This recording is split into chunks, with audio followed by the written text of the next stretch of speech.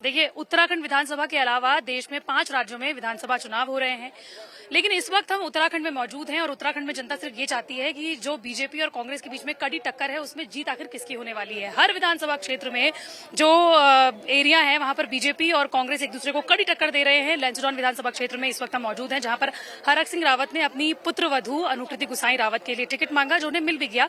इसी वजह से उन्होंने कांग्रेस भी ज्वाइन की। यहाँ पर आप देख सकते हैं कि तमाम जो महिला नेता है, उन लोगों से फिलहाल अनुकृति गुसाई जो है वो इस वक्त मिल रही हैं, चाहे महिला नेता हो, चाहे फिर वो कोई भी हो, उनसे मिलने के लिए लगातार वो मिल रही हैं। और आपको सबसे खास बात ये बता दें कि अनुकृति गुसाई जो है वो लैंसडौन से ही है। अनुकृति, हम देख रहे हैं कि तमाम जितनी भी महिलाएं हैं, उनके बिल्कुल बहू की तरह आप पूरे पाँव छू रही हैं। उनकी बेटी के जैसे पाँव छू रही हूँ, क्योंकि जो जैरीखाल है, जो लैंसडाउन है, मेरा घर है और हर एक व्यक्ति मुझे उन्होंने बचपन से लेके बड़े होते तक देखा है। तो एक लगाव, एक संस्कार है हमारे, क्योंकि देखिए क्या होता है, अपने घर में जब आप जाते हो तो अपने उससे मिलने का जो एक प्यार और एक खुशी होती है, तो मैं सभी लोगों से, क्योंकि मुझे मिलना है, हर व्यक्ति ने मुझे बचपन से देखा है, तो एक अलग फीलिंग है। देखिए, आपने अपनी लाइफ में बहुत कुछ अचीव किया है, पढ़ाई आपकी जो प्रोफेशनल है वो भी बहुत अच्छी है, उसके बाद आप मिस इंडिया के प्लेटफॉर्म पर गई, लेकिन जो ये राजनीति है, ये आपको कितनी टफ लगी या कितनी चुनौतीपूर्ण लगी अब तक के जितने भी आपने कैंपेनिंग? आप मंच पर आमंत्रित हैं। देखिए, मुझे लगता है कि आज इधर ही चल रहे। देखिए, मुझे लगता है, अच्छा कैसे हो आप? बस मेरी लड़की बहुत अच्छी है। मैं कह रही हूँ, देखिए आज ये सिर्फ लैंसडाउन मेरे लिए राजनीतिक रणभूमि नहीं है। लैंसडाउन मेरा परिवार है, मेरा घर है। अगर आप देखोगे तो आज इन सबसे मेरा रिश्ता एक नेता के जैसे नहीं है, एक बेटी का रिश्ता है। और आज जो बदलाव लैंसडाउन विधानसभा चाहता है, और देखिए मैंने तो हमेशा कहा कि अगर मेरे बस में मेरे बस की अगर कुछ है और अगर मैं कुछ कर सकती हूँ, तो मैं सबसे पहले अपने घर के लिए करना चाहती हूँ, अपने लैंसडाउन परिवार के लिए कुछ करना चाहती हूँ। और आज जिस तरीके से आप पूरे लैंसडाउन विधानसभा के अंदर देखेंगे भी, तो लोग इन 10 सालों का ये जो निराशाजनक कार्यकाल रहा है विधायक जी का, उनके कार्यकाल से अब ऊब चुके हैं। वो बदलाव चाहते, परिवर्तन चाहते, बेहतर शिक्षा चाहते, सड़कें अच्छी चाहते हैं। उन सारी चीजों पे आज मुझे लगता है कि आज हमारी लैंसडाउन ने मन बनाया है अपनी बेटी का समर्थन करने का, परिवर्तन करने का। और लग रहा है आपको हवाएं जो है वो आपकी तरफ कुछ लग रही है, क्योंकि आप तो क्योंकि हमने आपको कई बार कॉल किया, तो आप किसी के अलग अलग रूट, बहुत ही अलग अलग जगहों पर थी, कहीं कहीं गाँव में थी, तो आपको कैसा लगा, आपको रुख कैसा लगा? देखिए, मैं बता रही हूँ कि एक हवा है, एक माहौल है इस समय बदलाव का।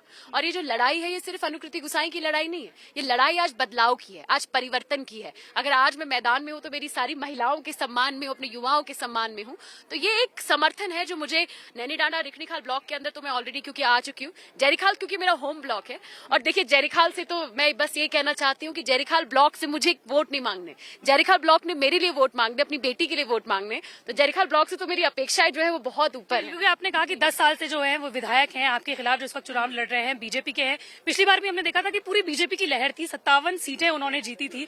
लेकिन ऐसे में, क्योंकि आप बिल्कुल आपका पहला चुनाव है और पहली पार्टी जो है वो आपकी कांग्रेस के तौर पर रही है, तो ऐसे में क्या कभी भी अंडर कॉन्फिडेंट हुई है इस बीच में? Not at all, I think बिल्कुल नहीं, क्योंकि मुझे मेरे लोगों ने, हमारे परिवार ने, लैंसडाउन ने मुझे कभी अंडर कॉन्फिडेंट नहीं होने दिया। मैं जहां भी जिस क्षेत्र में गई, चाहे बर्फ गिर रही हो, चाहे ठंड पड़ रही हो, लोग रात को 8-8 बजे तक अगर सड़कों में मेरा इंतजार कर रहे हैं, इसका मतलब सिर्फ एक है कि वो परिवर्तन के लिए तैयार है, वो बदलाव चाहते हैं। आज अच्छी शिक्षा चाहते हैं, अच्छा रोजगार चाहते हैं, अच्छा स्वास्थ्य चाहते हैं। जो 10 सालों से उनके साथ अन्याय हुआ है, उस अन्याय को वो खत्म करना चाहते हैं। देखिए, एक समर्थन की लहर है इस समय, परिवर्तन की लहर, और पूरी विधानसभा के अंदर है, पूरे प्रदेश के अंदर है, मैं कहूंगी। तो उस परिवर्तन को आप देखिएगा जरूर लैंसडाउन विधानसभा में होगा। आपने क्योंकि लैंसडाउन के बारे में बात की, आपका घर भी है, कई जो लोग नहीं जानते वो आपको बता दें कि जिससे उन्होंने कहा कि वो उनका होम ब्लॉक है, यहाँ पर उन्होंने पढ़ाई भी की है।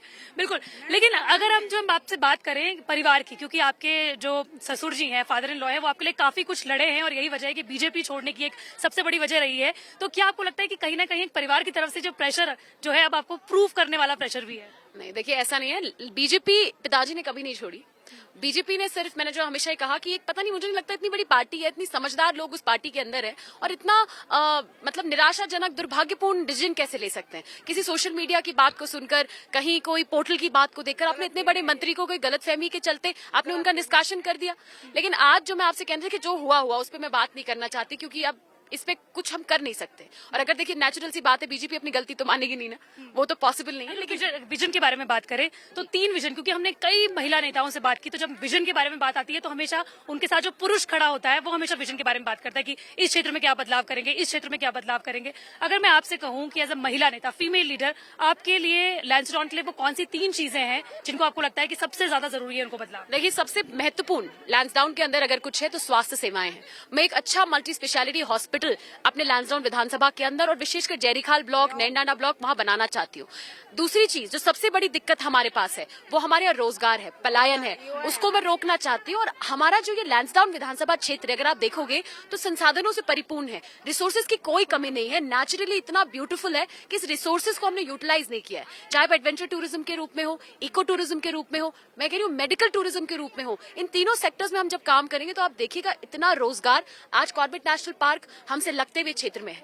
आप उस कॉर्बेट नेशनल पार्क का फायदा अगर हमारी विधानसभा को कैसे मिलना है उसके लिए मैं काम करना चाहती हूँ। तो तीसरा मुद्दा जो मुझे लगता है सबसे महत्वपूर्ण अगर इस क्षेत्र के अंदर है तो वो है हमारी कनेक्टिविटी, चाहे रोड्स की कनेक्टिविटी हो चाहे नेटवर्क की। मैं पूरी लैंसडाउन विधानसभा की बात कर रही हूँ। रिखणीखाल, नैनडांडा ब्लॉक में ऐसी बहुत स्थितियां बहुत खराब है, सड़कों की हालत बहुत खराब है और उन खराब सड़कों की हालत की वजह से कई लोग, कई महिलाओं ने अपना प्रसव के दौरान दम तोड़ा है। देखिए, और वो मैं आपसे कहना चाहती हूँ, कुछ ने तो सुर्खियां पकड़ी, कुछ ऐसी चीज है। जब आपसे भी मैंने बात करी, जितना भी मीडिया मुझसे बात कर रहा था, उन्होंने मुझसे कहा अनुकृति आपका इंटरव्यू लेना चाहते हैं। मैंने कहा भैया मैं नैनीडांडा ब्लॉक के इस गाँव में आ जाओ। तो जब वो नहीं आ पाए, आप सोचिए 3 दिन बाद आपके लिए आए, तो जब मीडिया वहां नहीं पहुंच पाई, आप सोचिए इसलिए नहीं पहुंच पाई क्योंकि वहां सड़कें इतनी खराब हैं, स्वास्थ्य सेवाएं बहुत खराब है। मैं आज आपसे कहना चाहती हूँ 3 और चौथा मुद्दा जो विशेषकर मैं काम करना चाहती हूँ वो है शिक्षा।